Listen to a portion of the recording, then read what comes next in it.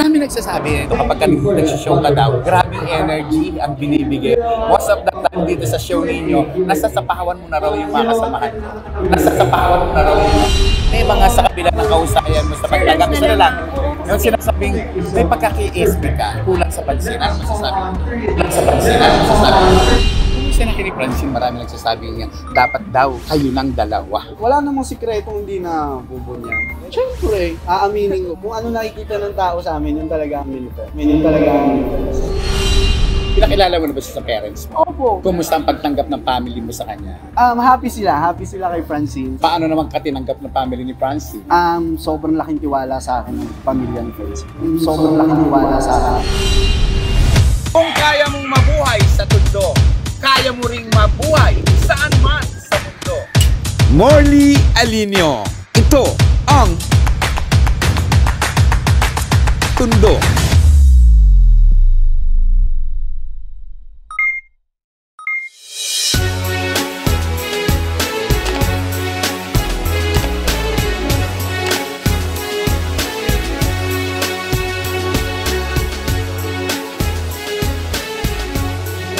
Anong feeling mo? Ikaw ay isa sa mga ambassador ng Smile. Alam mo ako, Basta makasama ako sa vlog mo, masaya na ako.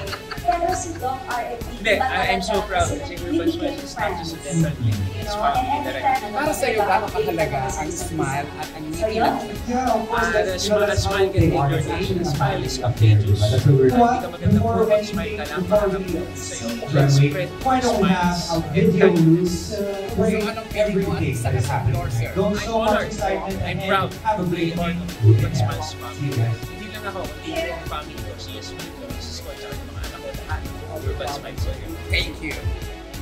Nandito ako ngayon sa press con ng Urban Smile. Aba, ang daming mga reporters, ang daming mga artista, ang daming mga tao. Pero sa isang sulok, chinika ko. Ito si Rita. Nako, Rita Daniela. Napakaganda ng aming usapan tungkol sa kanyang pagiging nanay. Eto! Kumusta ka na after nung maging mami ka? I'm good. Very happy ako with being a mommy right now. Ano na ang pagbabago sa takbo ng buhay mo ngayon? Kailangan ko nang ibalanse yung mga bagay-bagay. Hindi lang naman ako na as a single na nagtatrabaho, I'm also a single mom. Gano'ng kahirap para sa'yo yung pinagdaanan mo? Particular na kasikatan mo during that time magbuntis ka? Hindi naman siya sobrang hirap kasi I really wanted to be a mom. And specifically at 28. Gusto kong maging mom at 28. I'm very happy kasi I just spent my birthday. I just turned 28. At 28, may baby na ako. So, sobrang masaya ako kasi binigay yun ni Lord sa akin. Hinabol mo yung 28 na yun? Oo. Para hindi ka mahirapang manganak? Gusto ko kasi parang magkaibigan lang kami ng anak ko.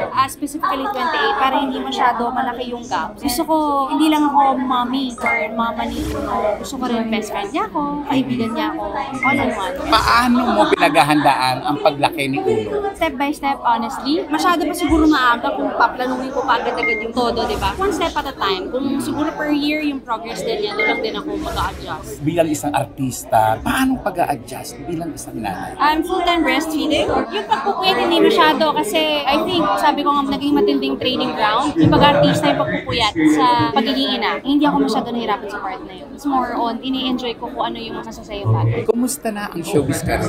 Kakabalik ko lang ulit, so medyo adjusting din ulit with you. Kumusta na ang inyong love team? Tuloy pa rin ba? Wala po akong balita masyado sa Ken. But I'm really happy with Ken's success na with Abot Kamay ng Pangarap with Jillian. Very happy for Marami mga fans na nangihinayang bakit hindi pa kayo ang nag-iwan. Hindi ko po alam ang isasagot ko dyan, Kuya Molly. Pero gusto mo rin. Noon, pero hindi ko alam sa ngayon. Marami nagsasabi na nagkukwento kapag nag-show ka daw, grabing energy ang binibigay.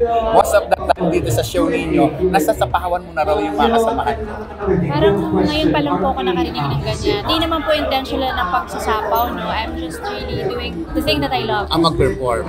Marami ang bumibilib sa'yo kahit may lagnat ka na raw. And then, umakyat ka sa stage. And then, sabi ng mga tao, more, pinagbigyan mo yung mga tao. Siguro iba kasi pag talagang artist ka, iba yung nagagawa ng entablado. Parang kahit na may nararamdaman ka, pag talaga sumampa ka na ng entablado, parang nawawala kung ano yung nararamdaman. Iba yung nagagawa ng lights at saka ng mga tao na mag-perform. May mga sa kabila ng kausayan mo sa pagtaga. Gusto na lang. Oo, kasi- Yung sinasabing may pagkaki-SB ka, kulang sa pansin. Ano masasabi? Talaga? Hindi ko alam. Ano reaction mo lang? Hindi ko alam kasi I think first time ko po narinig yan. Kilala ko po kung paano po ako bilang tao. Parang hindi po ako ganyan. Iba po yung nakita nila sa akin. Bilang nanay, ano ang mensahe mo sa anak mo pag siya ay malaki na? Basta anak, watch my interview and fast talk with Tito Boy. That's all my message. Thank you so much. No, no, no, no, no! Hindi pwede yan! Hindi natin pwedeng hindi kausapin si Seth Fedelin dahil siya ang pinakamainit na youngster sa kasalukuyan. Aba! Ang dami niyang ichinika! Ang daming kwentong nakakaloka! Pero pag naging kayo na sir, aminin mo, in public, sa mga fans ninyo. Aaminin ko ba? Siyempre, wala namang sikretong hindi na bubunya. Mas malapit na ba yun mabunya? Matagal pa. Nasabi ni Francine sa isang interview last time na ikaw daw yung happiness niya. Paano mo siya pinapasaya or pinapaligaya? Si Chin kasi yung tipo ng kada bato ko lang ng joke, tumatawa na siya agad. Di siya mahirap patawanin. Yun lang, lagi lang ako nagme-make face sa kanya. Lagi ko siyang pinapatawa. Lagi lang ako nagjo-joke, mga banat. Inaasar ko siya. Sample nga dyan. Charot. Kung ano nakikita ng tao sa amin, yun talaga ang minifest. Message ka pa kay Francine. Chin, nandito ako mag-isa, malungkot, hindi mo pakali. Kasama mo lang palagi na andito lang ako. Yung pag-uusap natin, malinaw sa akin. In one word, describe your friendship with Francine. Inevitable. Wow! Kumusta na kini Francine? Marami nagsasabing nga, dapat daw kayo ng dalawa. Okay kami. Nandun kami sa point na nagtutulungan kami sa trabaho namin. And iniingatan namin yung friendship na meron kami. Kaming dalawa sa isa't isa siguro madidescribe ko na a shoulder to cry on. So ano yung mga nakikita mo sa kanya na possibilities na pwede mo na siyang mahalin, pwede mo na siyang pakasalaan, mas lumalim. Kasalagan. Siguro, nakita ko naman na. And araw-araw ko nakikita kung anong klaseng babae si Francine. Naman, saya pa rin namin dahil swak eh. Pero posible na mauwi ito sa ligawan ng todo-todo. Magiging totoo na po, posible naman talaga. Dahil palagi kami magkasama, syempre, makikilala namin ang isa't isa. Mas lumalalim yung samahan. So, hindi siya malabong mangyari. Pero ngayon, hindi namin iniisip yun. Pinakilala mo na ba siya sa parents mo? Opo, meron na ng bonding ng family ko sa family. Kumusta ang pagtanggap ng family mo sa kanya? Happy sila kay Francine. Lagi sila nakakamusta pag magkasama kami ni Francine. Paano naman katinanggap ng family ni Francine? Sobrang laking tiwala sa akin ng pamilya ni Francine. Sobrang, hindi naman siya responsibilidad, pero kailangan kong gawin. Kasi ganun sila kabuting tao sa akin. Ganun nila ako iniintindi. Ganun sila kasuporta sa aming dalawa ni Francine. Yun yung ayaw kong mawala. Kasi pag nawala yun, mahirap. Yung napanood ko kasi very touching, 500 pesos. Yeah. Yung 500 pesos mo, kumusta na ang kwento nito? Tumubo na yung 500 ko. Ang ganda ng kwento Tumubo na ito. na. Yabang, no? Pero hindi. Ngayon nga, ito naman, dito ako. Hindi ko ina-expect to. Nung pag-abot sa akin ng papa ko ng 500, hindi ko ina-expect na mangyayari sa akin. Pero ito, andito ako. Yung 500 na yon siguro nagsilbing haligi yun sa akin. Kasi kung wala yun, di ako makakapunta ng Cubao, ng Araneta para mag-audition. Ngayon, nadagdagan siya. May farm na. 5 million na. Hindi naman. Mga ano lang, 1.5. Pero ang laki ng pagbabago na sa takbo ng buhay ninyo. Ano yung mga nabago? Marami po. Tulad ng Unang-una, nakakabili ako ng damit na gusto ko. Napag-aral ko sa maayos na school yung mga kapatid ko. Nakakabili rin sila ng mga gamit nila, hindi katulad dati.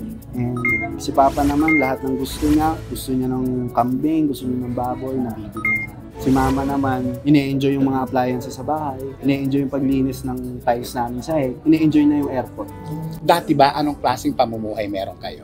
Typical na mamamayan lang kami lang. Hirap din kami sa buhay. Some point ang ulam namin, Lucky Me lang, noodles. Isa, hati kami tatlong magkakapatid. Lalagyan lang ng itlog. Ganong level yung buhay namin dati. At hindi mo kinahihiya yung kahirapan? Oo, hindi, no? Ba't mo ikakaya? Dito ako natuto. Ang dami ko natutunang bagay. Ang maagang edad pa lang, namulat na ako sa totoong mundo. And yun yung kahit saan ako magpunta, dala ko yun. Ang turo sa akin kasi ng lola ko, kahit sa kadali ng panahon, siguraduhin mo mabubuhay ka. Marami ang nagsasabi na sa kabila ng edad mo daw yan, tumutulong ka, gumagawa ka ng kabutihan sa kapwa. Dati kasi, sabi ko pag naging artista ako at pala rin ako, ako. Lahat ng kamag-anak, mga pinsan ko, mararanasan kung anong nararanasan ko. Mga kapatid ko, nasa bahay lang. Ako, pupunta ako ng ibang bansa, and kumakain ako sa mga hotel na mamahalin. Sabi ko, kailangan masubukan din to ng mga pinsan ko. Lagi kong binabalik, ito, story lang, na parang feeling ko yabang ko. Pero, tumutulong ako on the spot. Kagaya nung, meron akong suki na dating pinagbibilang ko ng siomay. Tapos one time,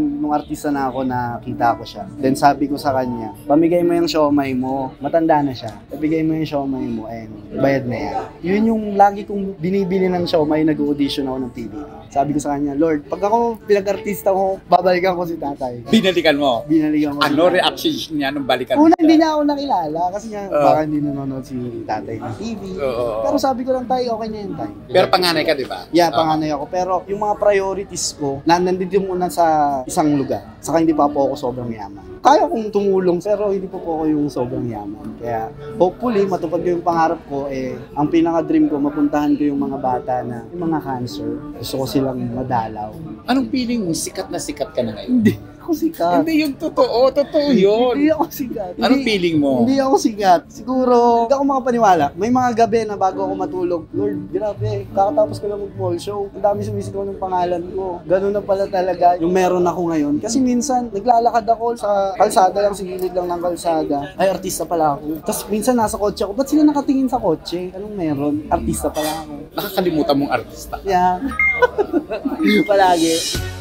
Sir, ano po ba itong Urban Smiles Dental Clinic? Ano ba ang pagkakaiba nito sa ibang mga dental clinic? Well, of course, Urban Smiles Dental Clinic, we have several branches in Metro Manila. Currently, we have 11 branches now, and we are about to open another 4 in the next few months. So, target po namin before first quarter next year, we have 15 branches. 1, we have multiple branches. 2nd, we have state-of-the-art facilities in all of our branches. So, may mga bago tayong machines na ginagamit sa lahat ng dental procedures. And of course, we have around 50 dentists in the entire dental clinic. So, anong pagkakaiba nito? Well, quality of dental service po, updated technology, yun yung nakikita kong pagkakaiba as compared to other dental clinics. How about mas mababa ba siya o tama lang siya? Well, I could say, kanina po tinanong siya sa press con, I can say na ang prices naman namin, hindi ko pa sabing mahal, hindi rin mura, but fair enough for the quality of service. We know that we are not the most expensive dental clinic when it comes to charges. Hindi naman cheapest, pero nasa gitna lang po. Kasi mas marami ngayon mga fake na gumagawa ng mga dental procedures. Ano ang masasabi mo dito? Well, alam po ng lahat na you're not allowed to practice if you're not a licensed dentist. Ayokong saktan yung damdamin ng gumagawa, but of course, ipagkatiwala nyo po sa aming mga licensed dentist yung ganyang procedures. Alam po natin na part ng oath natin na ang pwede lang gumawa ay mga licensed professionals. For those na gumagawa na hindi pa kayo licensed, magkakaroon kayo ng opportunity na kapag-practice, gawin nyo lang, galingan nyo sa review so that you can pass the board exam. Dok, may mga pangyayari na minsan yung mga ibang dental clinic, tinatapatan nila yung mga legit na mga doctors and the clinic. Wala ba kayong reaction dito? Kayong kapisanan ng mga dentista sa Pilipinas? Well, definitely, ang mahalaga dun is alam ng patient kung ano yung quality service. Ang work po ng PDA, Philippine Dental Association, meron diyang department na ang goal is ipasara yung mga dental clinic na hindi licensed dental practitioners ang nagpa-practice. Ang comment ko doon, hindi po yung tama. Hindi dapat po na ginagawa nila yon. Kasi, of course, licensed dentist na lang po ang allowed na mag-practice. Gaano ba kahalaga ang isang ngipin para protektahan at pangalagaan? Sobrang halaga dahil of course, kapag hindi naman kailangang sobrang ganda ng ngipin, mahalaga malinis or kumpleto ang ngipin. Kapag malinis at kumpleto ang ngipin, of course, iba yung impact niya sa iyong self-image, body image. Well-rounded. Mas magiging masaya ka, mas magiging productive ka, marami kang magagawa everyday. May mensahe po ba kayong gustong sabihin, Dr. Ram?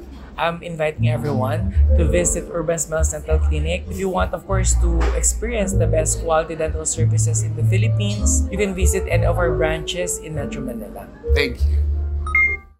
O mga kachika, mga amiga, yan na muna dahil ang inyong tita, ganda ay marami pang pupuntahan, marami pang iikutin para maghatid sa inyo ng kakaibang chika na mga kwentong magugustuhan nyo. Siyempre, dito lang sa aking vlog. Morley Alinio, ito ang Tundo. Kapag nabuhay ka sa Tundo, mabubuhay ka sa anumang panig ng mundo.